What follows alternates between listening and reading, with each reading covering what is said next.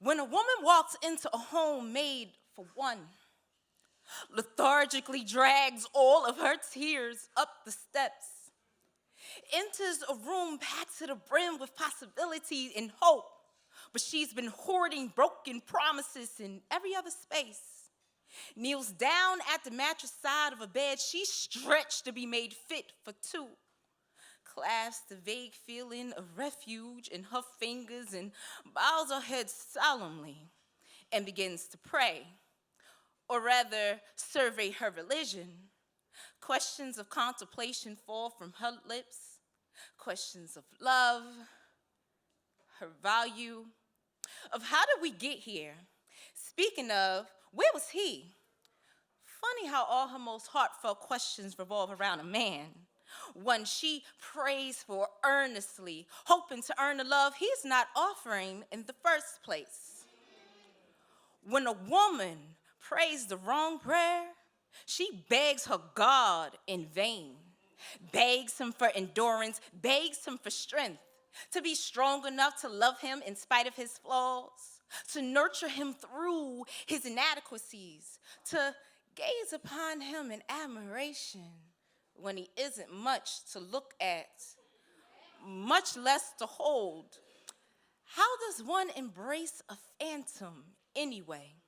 But you're too caught in a fantasy to realize the fuckery you're praising. When a woman kneels down in devotion to a man she has no business sharing her divine essence with, she invokes the spirit of nothing but his presence.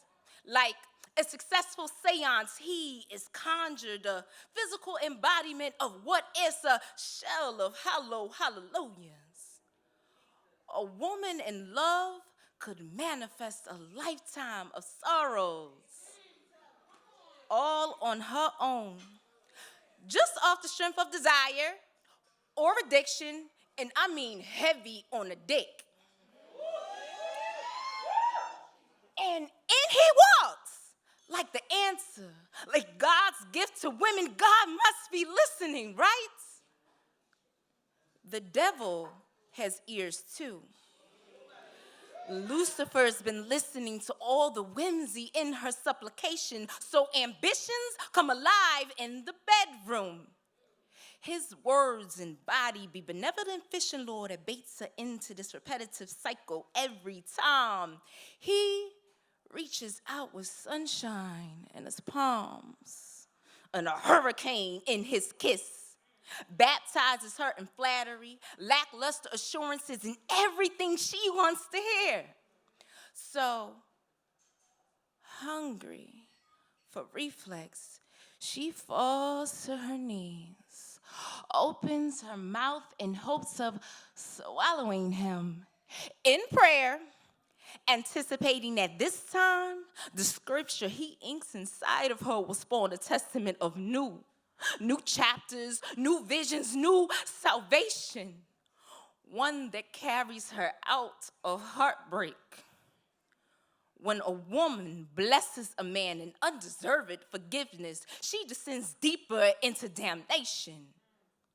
He becomes the prayer that slips through her fingers, reduces her heart to ashes, uses its cinders to decorate the bottoms of his feet, and proceeds to walk 500 miles around valid accusations.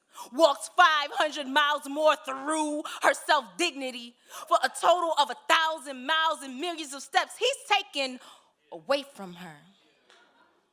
But to endure the burn of hellfire just to feel his heat on her skin is worth just one more prayer. When invalid love becomes your religion, you worship in vain. Ladies, don't trade your God for no man. Ladies, don't trade your God for no man. Stop exchanging your principles for pleasure. Your heart wasn't designed to be dropped into collection plates. So keep your heart out these niggas' collection plates. Sis, they don't deserve you. I'm saying, don't pray for no one to love you. There's no such thing as tithing 10% of your soul, because God is no magician. However, miraculous things do happen when you love you enough to pray for yourself. Ladies, don't pray the wrong prayer. Thank you.